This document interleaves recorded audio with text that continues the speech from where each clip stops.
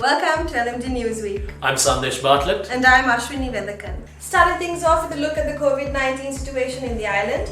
As of last week, the number of infected patients stood at 3,155, with the number of recoveries reaching 2,955. According to the National Operations Centre for Prevention of COVID-19 Outbreak, the total number of detainees at the Kandakharu Treatment and Rehabilitation Centre for Drug Addicts stands at 649. Meanwhile, flights carrying more expatriates from Saudi Arabia, Dubai, Qatar and parts of India arrived earlier this week.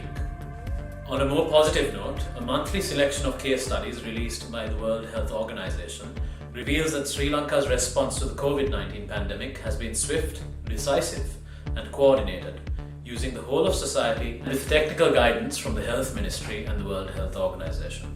And now for a look at local news.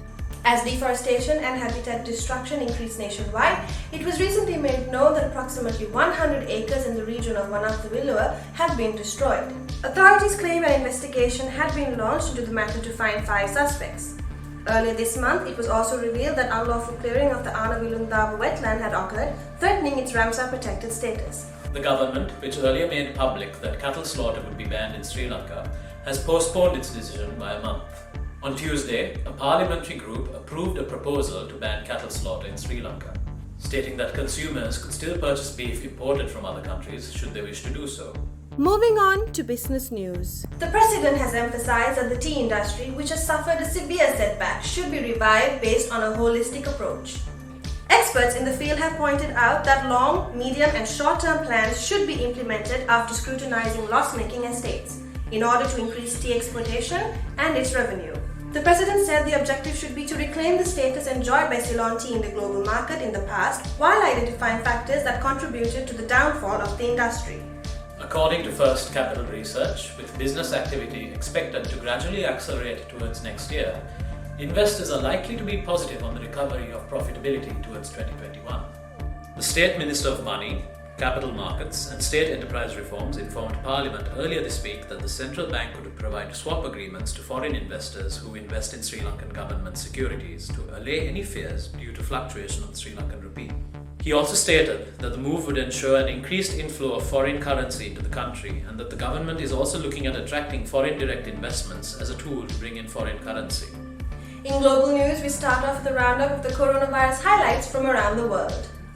The total number of COVID-19 cases has surpassed 28 million, with the recovered number being over 20 million.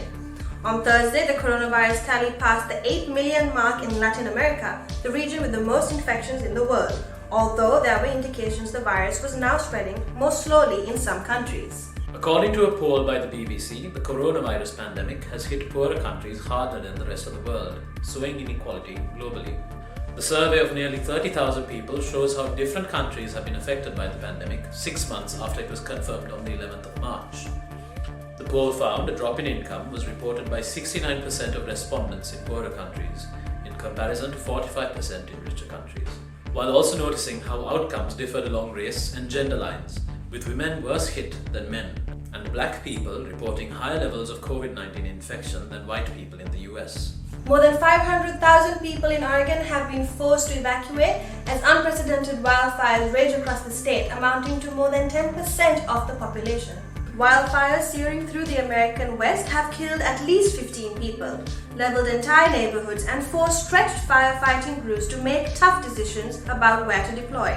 However, the situation is especially acute in Oregon, where fire conditions not seen in 3 decades have fueled huge blazes that have killed at least 3 people, destroyed at least 5 towns, and forced the evacuation communities from the southern border to the Portland suburbs. Ending on a more positive note, Citigroup has named a woman to be its chief executive, in a first for a Wall Street bank.